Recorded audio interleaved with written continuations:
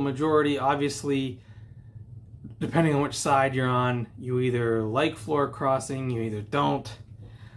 I don't particularly, but it's part of our politics, and so it's not like I can fault the liberals for exploiting it in that way. I think it should essentially just be a by-election. I don't think floor crossing should be a thing, but if you do think floor crossing should be a thing, I can see where you're coming from. I like the idea that you're not forced, even if you are part of a party. If your party betrays you, if you feel your party no longer is doing what you think needs to be done for the country, it does give you that out. But you always have that out, don't you? Like, it doesn't... Theoretically, you can vote on bills in whichever way you want. You don't have to be part of the party that is in power to vote on the bills. You can vote how you want. Now, you might get kicked out of your own party if you vote against them, which is another topic that we should probably discuss. But how do we actually want politicians to be voting? Do we want them free to vote how they feel they should on any particular issue, especially if it's an issue where it affects their community more? Some areas need different... We're a big country. Some areas need different things. Some areas are struggling with clean drinking water.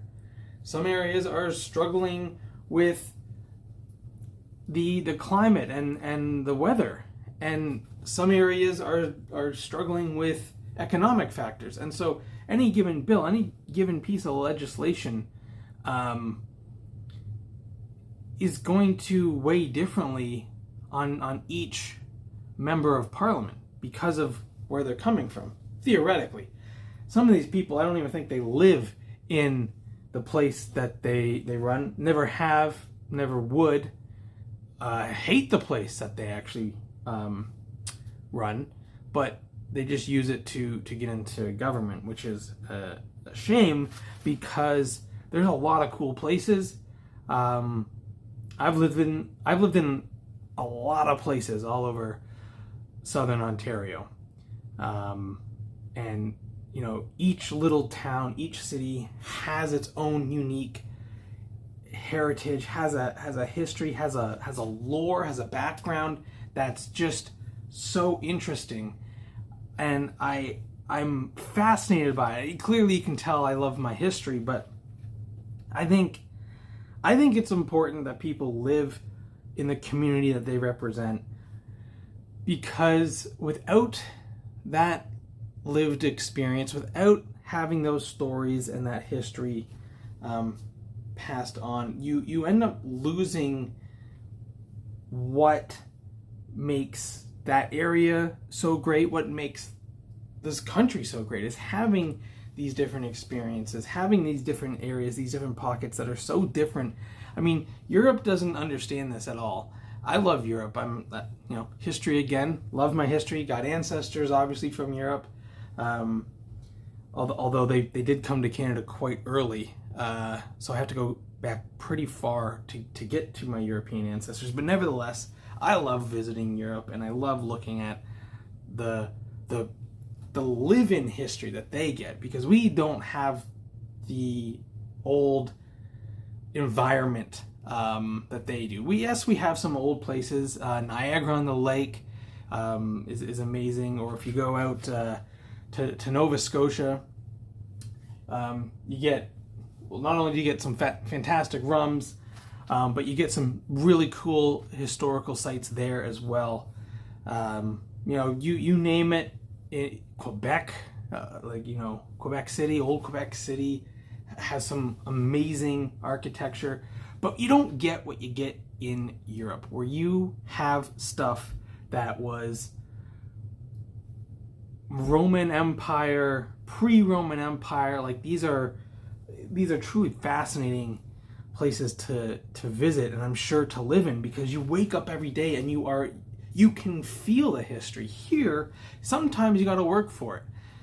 Luckily enough, the places that I've lived in, you didn't have to work for it. It was kind of in your face, and maybe that's what drew me to history in the first place. But I think that's really important, and if you don't get that, then when you try and represent that area, you're not going to do it justice. You're not going to fight for that shared lived experience as hard as you might. And so what we have now is a weird political system, and I think it does need some changes. That's why I'm really excited what the NDP have been proposing for a long time, and what the Liberals lied about proposing under Trudeau, which was changing the electoral system. I think that fixes a lot of these issues people have with the floor crossing, and with, obviously, first past the post. Although I did read recently that people aren't as upset with first past the post as they should be, and I think it's because we're not very good at math. We're not very good at understanding probabilities and odds, and because of that, people think it's good enough or it's fine, and they don't really consider how you're living with a bunch of people, like you've got neighbors and stuff, and if you look at the election results for your particular area, you'll get some percentage, and what you end up seeing in first past the post is, for every 10 of your neighbors, 3 of them voted for the winning guy or gal, but like the winning person. And that's not good. Like 7 out of 10 didn't vote for it and are now being represented by the 3 out of 10. And those 3 people, maybe only 2 of them are getting what they want anyway. You see what I'm saying? Like, that's bad. That is a bad math problem right there. So we need to fix that. And so we'll be talking a lot about that going forward. But I just wanted to set you guys up for that, because that's very key in maintaining democracy as we move toward late stage capitalism. And obviously going to talk about that, because it's not as bad here. We get a little bit of the disease. England got a bit of the disease. The US is just the disease. Like, they're the ones spreading the disease all over the place. And so we've got to deal with it. But that is, going forward, a big topic that we're going to be talking about. A couple other topics. Obviously, I love my history, so we will be covering anything that comes up anniversary-wise about history, particularly Canadian history. And